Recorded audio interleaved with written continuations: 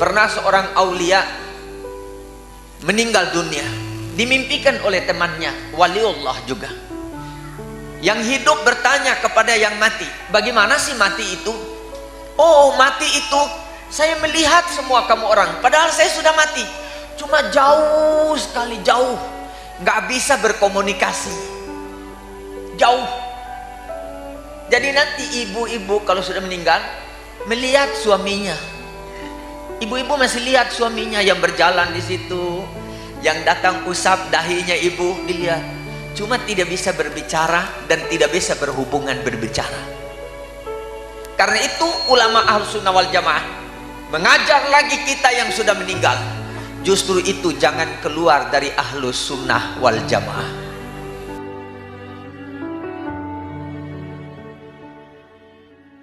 Assalamualaikum warahmatullahi wabarakatuh. Alhamdulillahi rabbil alamin, wassalatu wassalamu ala sayyidina Muhammadin habibi rabbil alamin, imamil muttaqin, sayyidil anbiya'i wal mursalin, sayyidina wa nabiyyina Muhammadin sallallahu alaihi wa ala alihi wa ashabihi wa sallama tasliman katsira, amma ba'd.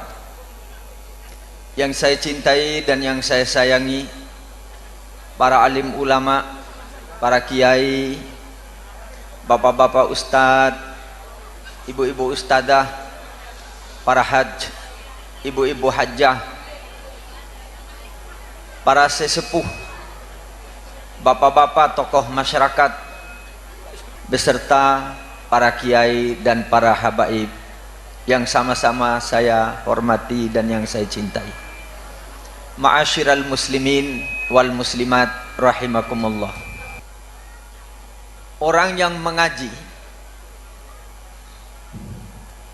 mencari ilmu Allah, ingin memperkuat akidahnya, ingin menempatkan dirinya dekat dengan Allah,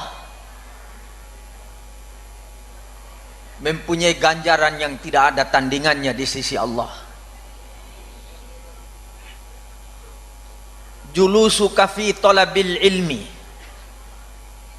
sa'atan ta'dilu hajjatan hajjam mabrura wa ta'dilu alfa umratin umratan maqbulah. Seseorang yang duduk sejenak di majelis ta'lim diberi ganjaran pahala oleh Allah seperti 1000 kali haji yang mabrur,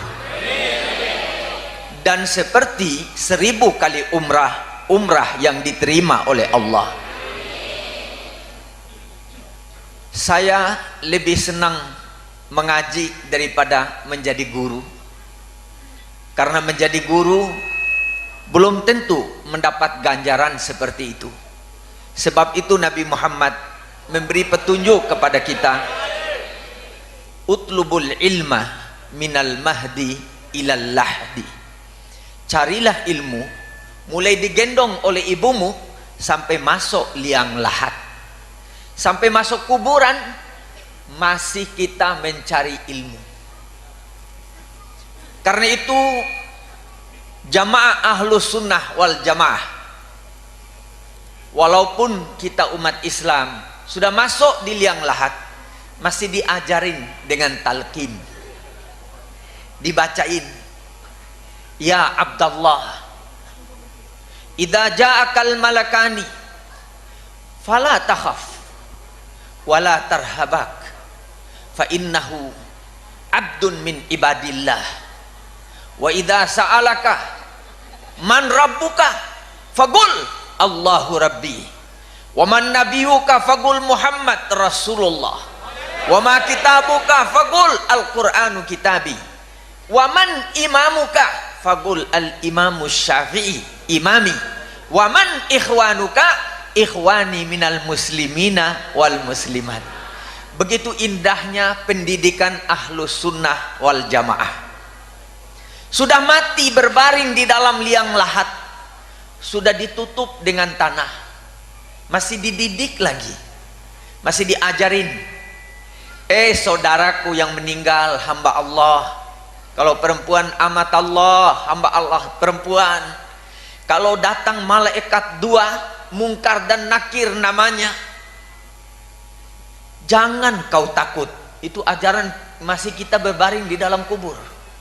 Karena kita manusia tidak ada yang mati, hanya berpindah tempat dari alam dunia ke alam kubur untuk diproses, kemudian ke alam mahsyar untuk dihisab, lalu kita dimasukkan ke dalam surga Allah. Hanya orang kafir yang dipilih oleh Allah untuk digiring ke neraka jahanam. Yang muslim mesti masuk surga. Kalau datang dua malaikat bertanya, siapa Tuhanmu? Jawab, Allahu Rabbi. Kita dengar di dalam, kita dengar. Pernah seorang aulia meninggal dunia, dimimpikan oleh temannya, waliullah juga. Yang hidup bertanya kepada yang mati, bagaimana sih mati itu?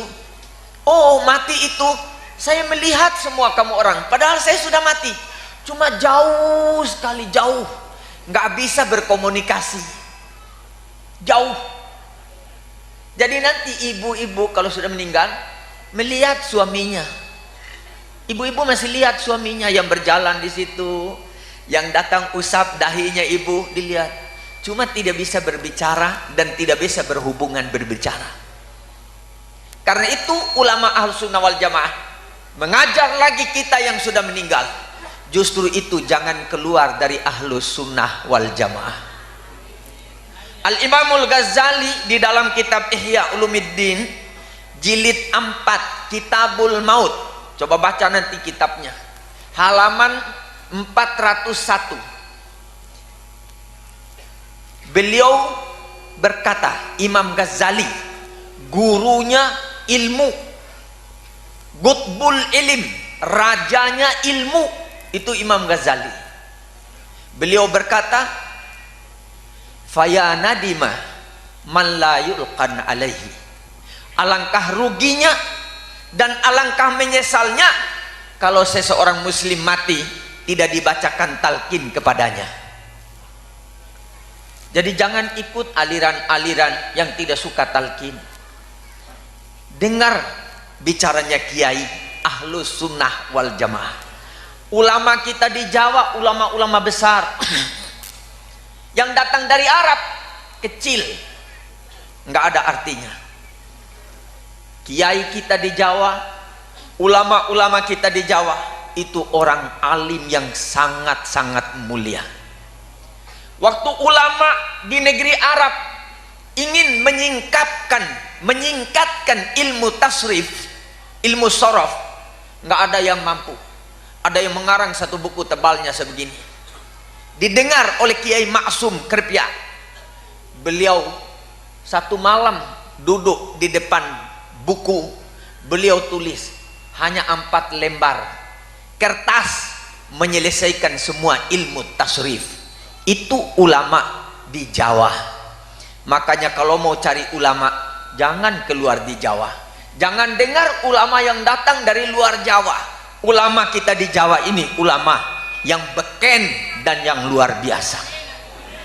Imam Nawawi Al-Banteni di Jawa Barat mengarang tidak kurang dari 500 macam kitab tafsir, ilmu tafsir, hadis, ilmul hadis, tasrif, nahwu, usulul fikih, usuluddin, semua beliau ngarang, sehingga membuat tercengang ulama-ulama di negara Arab. Itu ulama kita di Indonesia. Karena itu kita mari rajin-rajin mengaji. Saya setelah mengaji di Indonesia, di Jawa 13 tahun, baru saya keluar ingin melihat bagaimana ulama di negara Arab. Disuruh cari guru, malam yajid mualliman falyarhali. Kalau sudah tidak ketemu ulama yang punya ilmu yang diingini baru boleh pergi hijrah ke negara lain. Saya sudah cari ilmu, pergi ke Arab. Waktu teman-teman dari Jepara pergi, saya cerita, senang mendengar orang yang mencari ilmu itu. Saya berangkat dari Jakarta sampai ke Bahrain karena tidak punya visa untuk masuk di Saudi Arabia. Saya tinggal di Bahrain 3 hari. Hari keempat sudah tidak boleh tinggal, jadi saya cari negeri lain supaya bisa selamat. Tahu-tahu di bis ketemu satu ulama yang berjubah, pakai imamah, pakai sorban.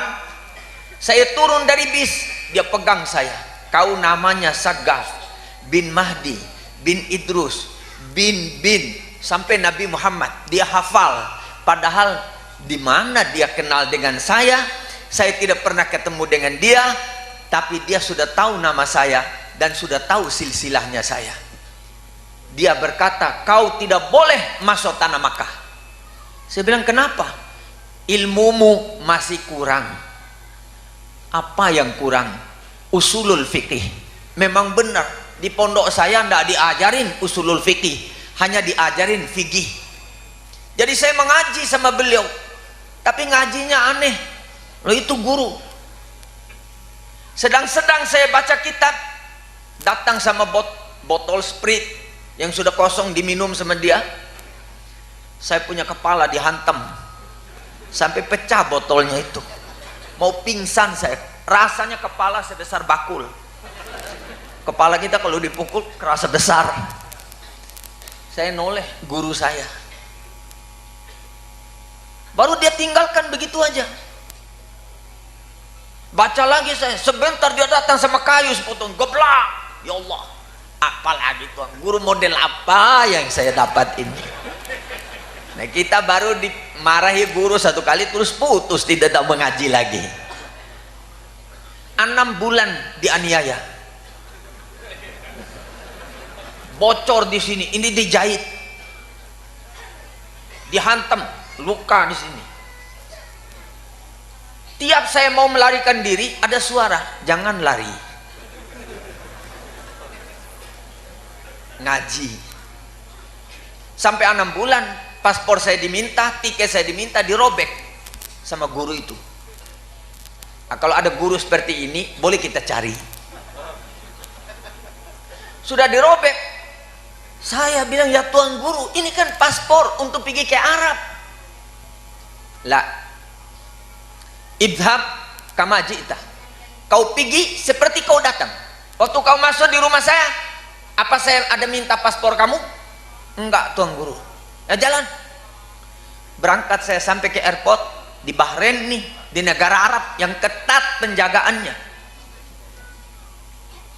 Orang masuk, saya ikut masuk. Enggak ada polisi yang tanya, enggak ada imigrasi yang tanya. Saya juga kadang-kadang lihat mukanya begini, dia enggak tanya, seperti dia enggak lihat saya. Iya.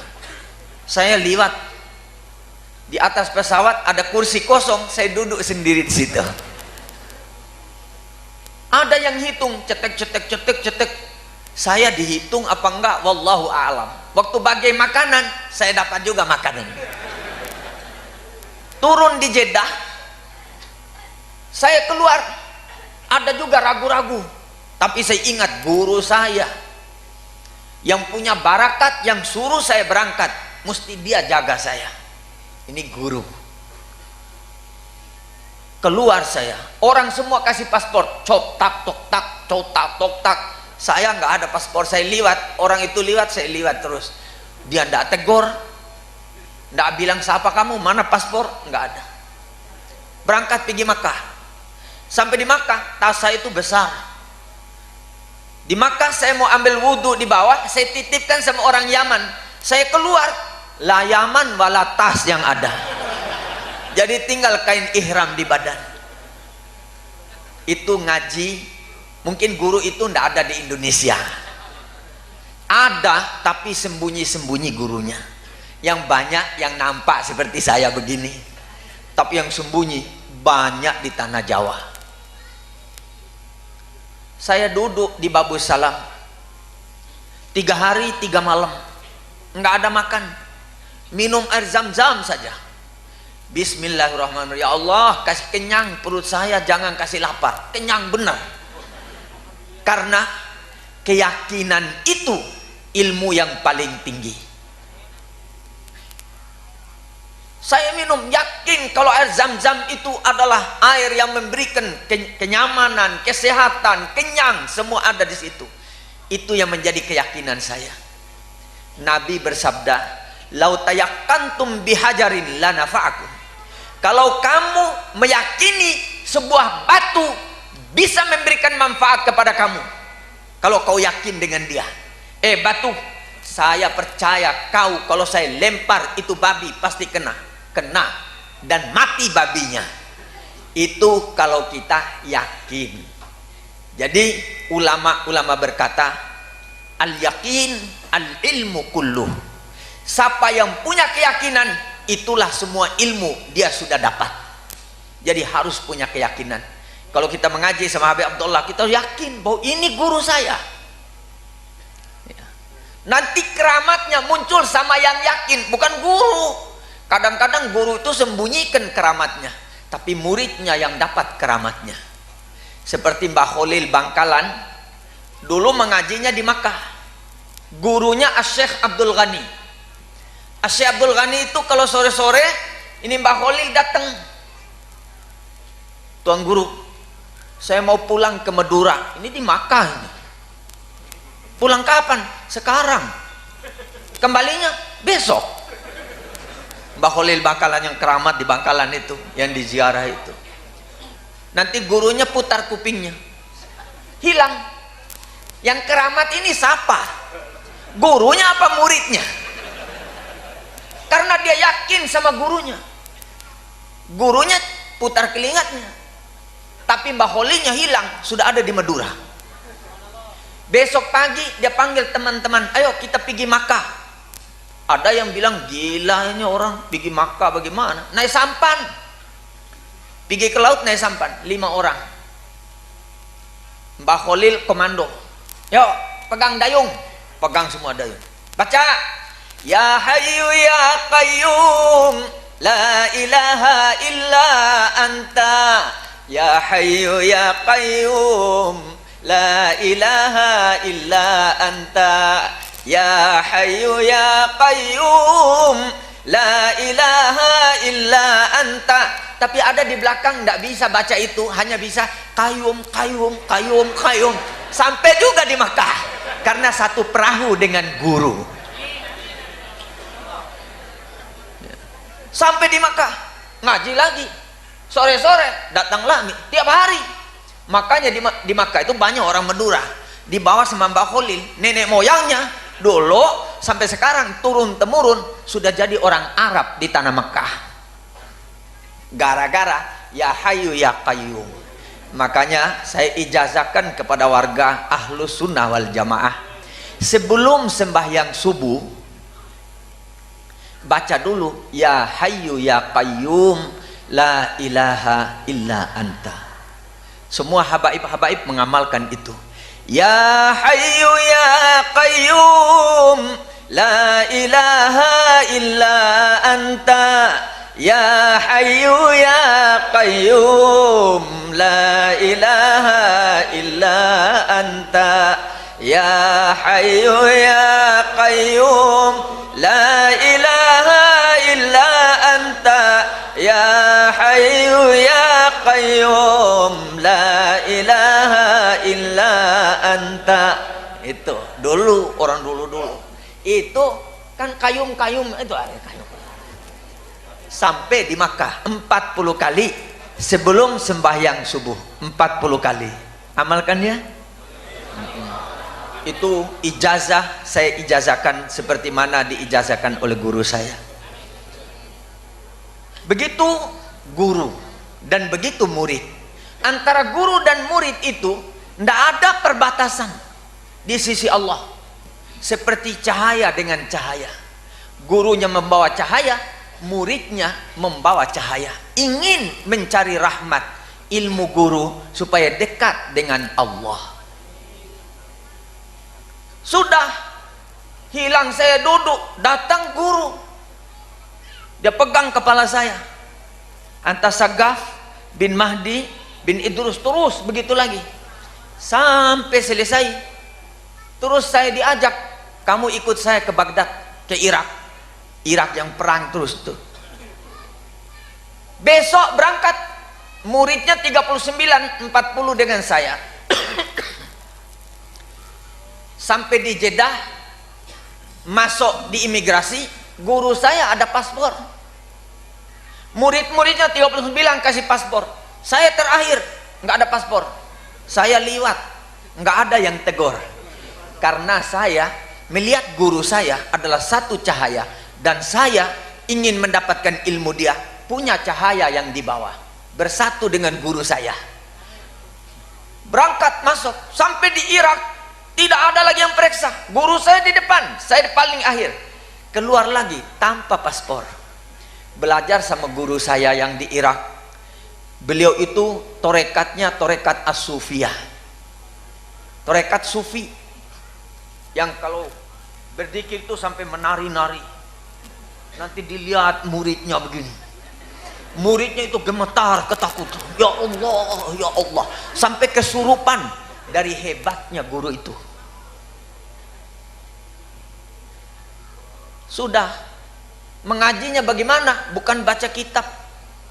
Habis sembahyang Isya hanya nengok doang muka saya. Habis sembahyang Isya, besok habis subuh nengok begini lagi. Saya disuruh duduk di pinggir pintunya masjid 6 bulan. Kembali lagi ke Mekah. Berangkat perintah guru. Kalau guru sudah perintah, itu adalah perintah nur uluhiyah, perintah cahayanya Allah. Berangkat, tidak ada ragu. Kalau ragu, batal, nurnya padam.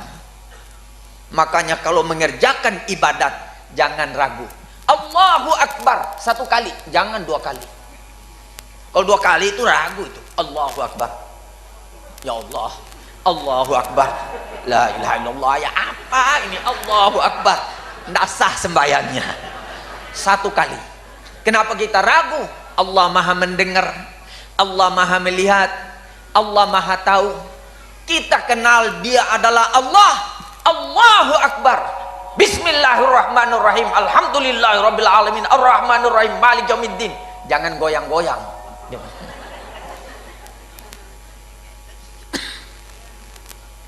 Iblis lari, setan lari, takut.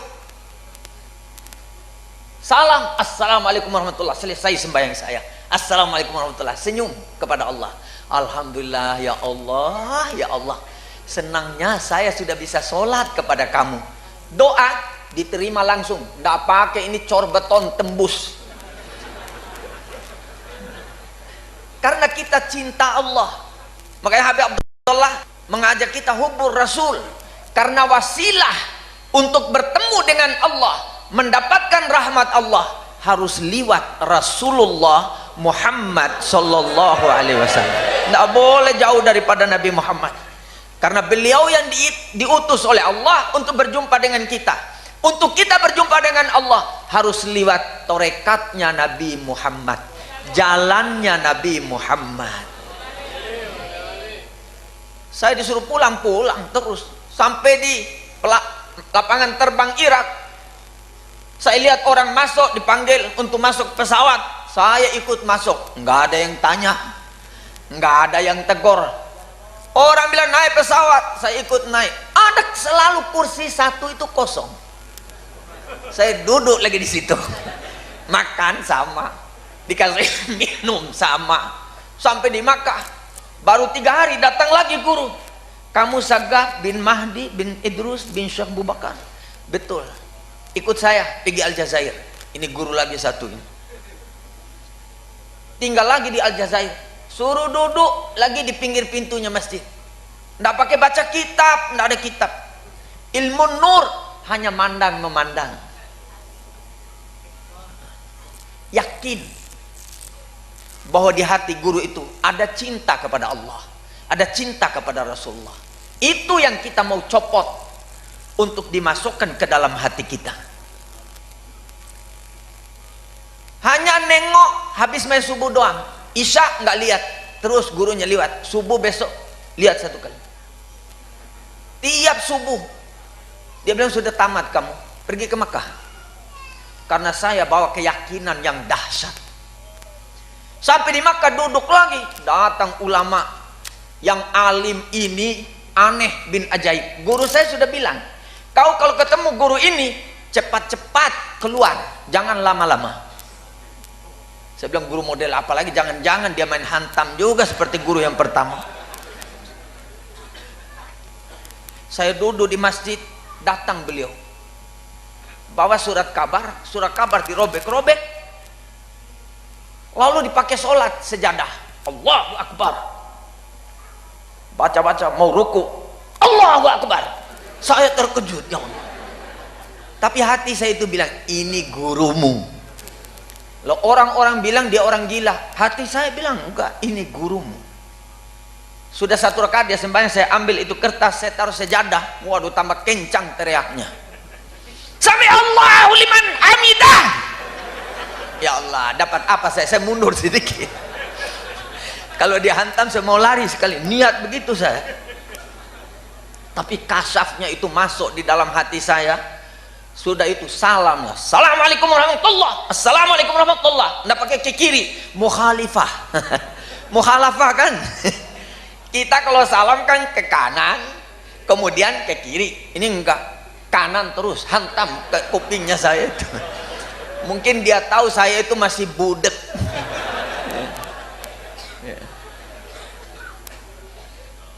Ya. Dia bilang ikut saya ikut. Lah tadi waktu datang jalannya itu biasa, waktu keluar sama saya dari masjid jalannya pincang. Jadi orang-orang bilang sama saya, apain ikut orang gila itu? Tapi hati saya selalu bilang, ini gurumu. Saya ikut sampai ke rumahnya, naik di tingkat 6, ada kamar 2 kali 3 meter kamar rumahnya itu, ada kompor kecil, ada teko kecil, teko mainan anak-anak itu, diisi gula situ, teh di situ, isi air. Saya dulu minum teh, saya hitung ada 50 cangkir, nggak habis-habis di tekonya itu. Jadi saya ada ragu gitu, kok nggak habis-habis. Saya minta 2, dia kasih 1, bakhil dia bilang. Kul, suruh makan saya makan, jambu bener. Baru dia masukkan tangannya, keluar ayam 2 ekor sudah dipanggang sama nasi minyak. Dia bilang dia beli di India, padahal ada di depan mata saya dia duduk. Peti tadi kosong, makan saya. Sudah itu dia usir saya, roh pergi, kau tidak ingat guru kau bilang tidak boleh lama-lama dengan saya, nanti kau gila. Oh iya ya, saya turun. Sampai di bawah dia tarik baju saya, mata tulu berdoa minni, kau tidak minta doa dari saya? Saya bilang saya mau minta doa. Allahumma ja'alna minal mahbubin wa abidna min diwanil bu'ada'i wal matrudin birahmatika ya arhamar rahimin. Ya Allah, jadikan kami orang yang dicintai olehmu dan dicintai oleh orang banyak. Jangan digolongkan daripada orang yang dibenci olehmu dan dibenci oleh orang-orang yang beriman kepadamu. Itu doanya. Sangat penting dicintai teman, sangat penting disayangi oleh orang banyak. Karena nanti kita manusia di padang mahsyar, satu sama lain saling memberikan syafaat kepada temannya. Kalau ada temannya masih punya dosa, dia ambil pahalanya, saya kasihkan kamu. Itu syafaat teman dengan teman. Makanya kita harus memperbanyak teman. Hadir pengajian kan banyak teman. Siapa tahu sedang nyelunung-nyelunung di sana, kebingungan, dosanya banyak. Ketemu Habib Abdullah, loh kau kan murid saya dulu itu. Benar Habib, tapi dosa saya banyak. Ini tunggu komando aja mau pergi neraka. Enggak, ini pahala saya yang lebih saya kasihkan kamu. Buang itu dosamu di situ. Itu syafaatnya kita sesama manusia. Kalau syafaatnya Nabi Muhammad itu asy-syafaatul uzma, syafaat yang agung. semuanya. Kalau Nabi berkata sejumlah manapun manusia, ya Allah, saya kasih syafaat, semua manusia yang ada ini diberi syafaat oleh Allah, dari sayangnya Allah dan dari cintanya Allah kepada Nabi Muhammad sallallahu alaihi wasallam. Coba bayangkan betapa banyak itu negeri-negeri yang kena bala bencana, ada yang kena angin puting beliung, ada yang kena tenggelam, ada yang keluar lumpur seperti Sidoarjo, henti-henti sampai sekarang. Di Jepara nggak ada. Yang keluar pakai trek-trek ada, tapi ukiran Jepara bawa rahmat dan bawa pahala kepada negara kita, negeri kita. Ukiran Jepara itu kalau kita ketemu di Amerika, di sini satu kursi harganya mungkin 500.000 lebih, 1 juta. Di Amerika itu 2.000 dolar, artinya 20 juta rupiah. Satu kursi. Kalau 4 yang pakai ukiran Jepara itu mesti orang yang kaya raya, milioner. Kalau yang gembel-gembel yang kerja di pabrik-pabrik itu nggak bisa beli ukiran Jepara. Tapi di Indonesia yang kerjanya supir angkot bisa beli ukir Jepara. Ini rahmat Allah. Kalau orang Amerika datang ke rumahnya supir angkot, pingsan orang Amerika. Saya nggak kuat beli. Kau punya ini berapa? Kau punya gaji? Lah saya cuma dapat 20.000 satu hari. Mungkin langsung masuk Islam itu si Amerika itu. Nah, jadi kita teruskan kemajuan yang telah kita raih ini untuk kebangkitan kehidupan anak cucu kita di masa yang akan datang. Mereka nanti tidak begini lagi. Kita sekarang sepeda aja susah mau beli. Kalau mau motor mesti kredit. Tidak bayar 3 bulan motornya diambil, uangnya hilang. Nanti zaman yang akan datang, mungkin cucu cicit kita nanti mereka bikin sendiri sepeda motor di rumah karena ilmu pengetahuan sudah meningkat.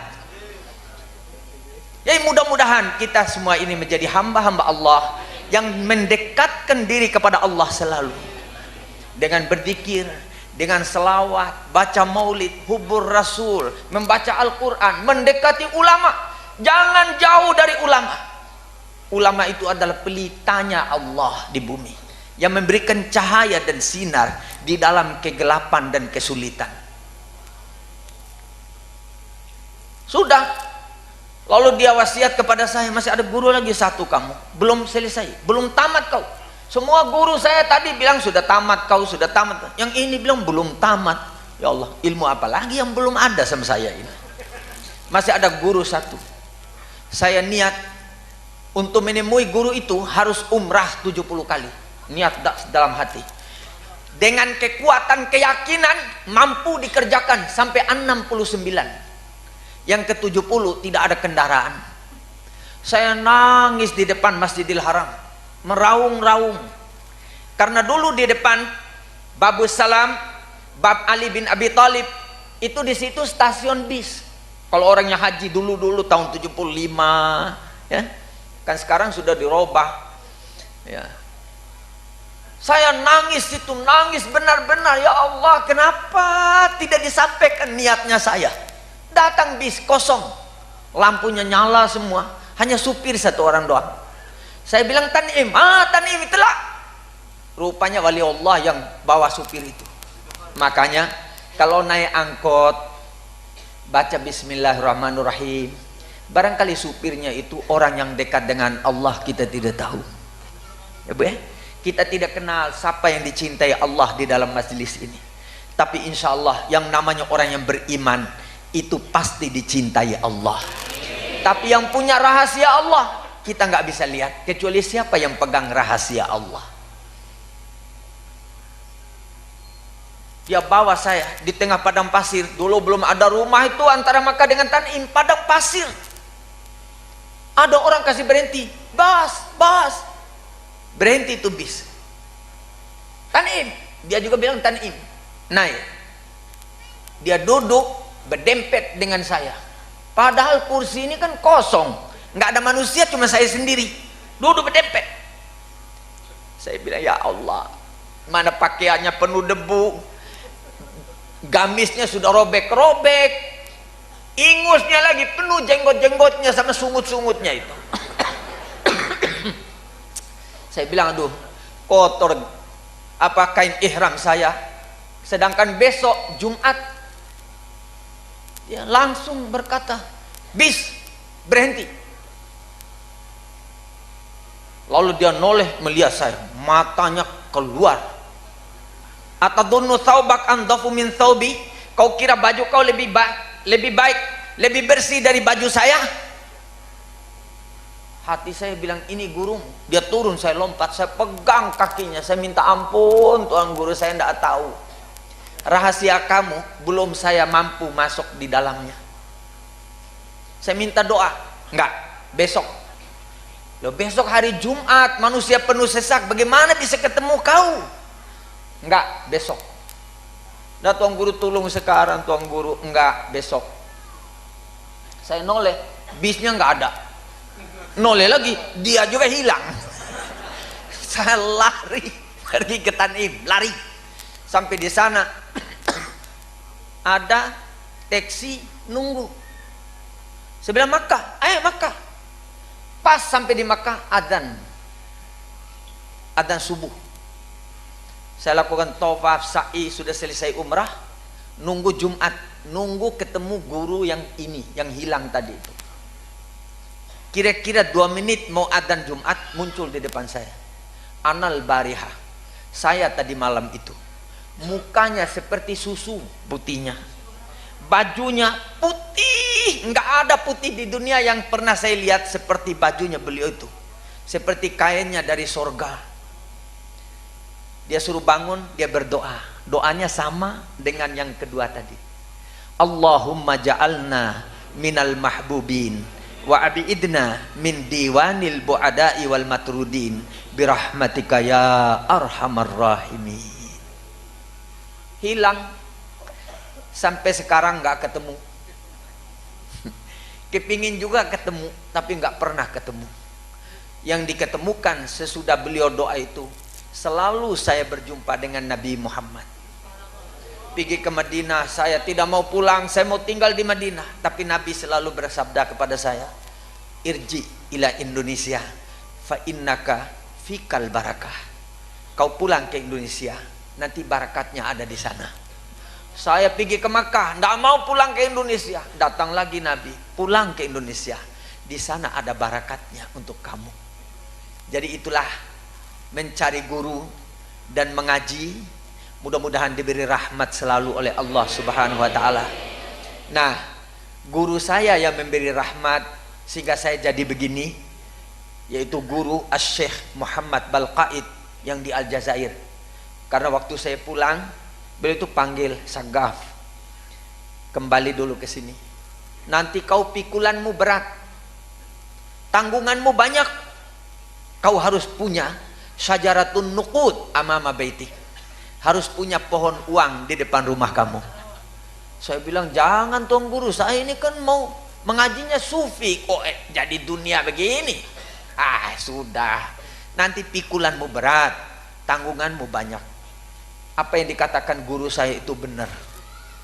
Dalam tempo 7 tahun, 8 tahun, murid saya ini hari sudah 11.000 lebih yang mondok di pondok. Ya ayyuhalladzina amanu kulu minat thayyibati wa'malu sholihah.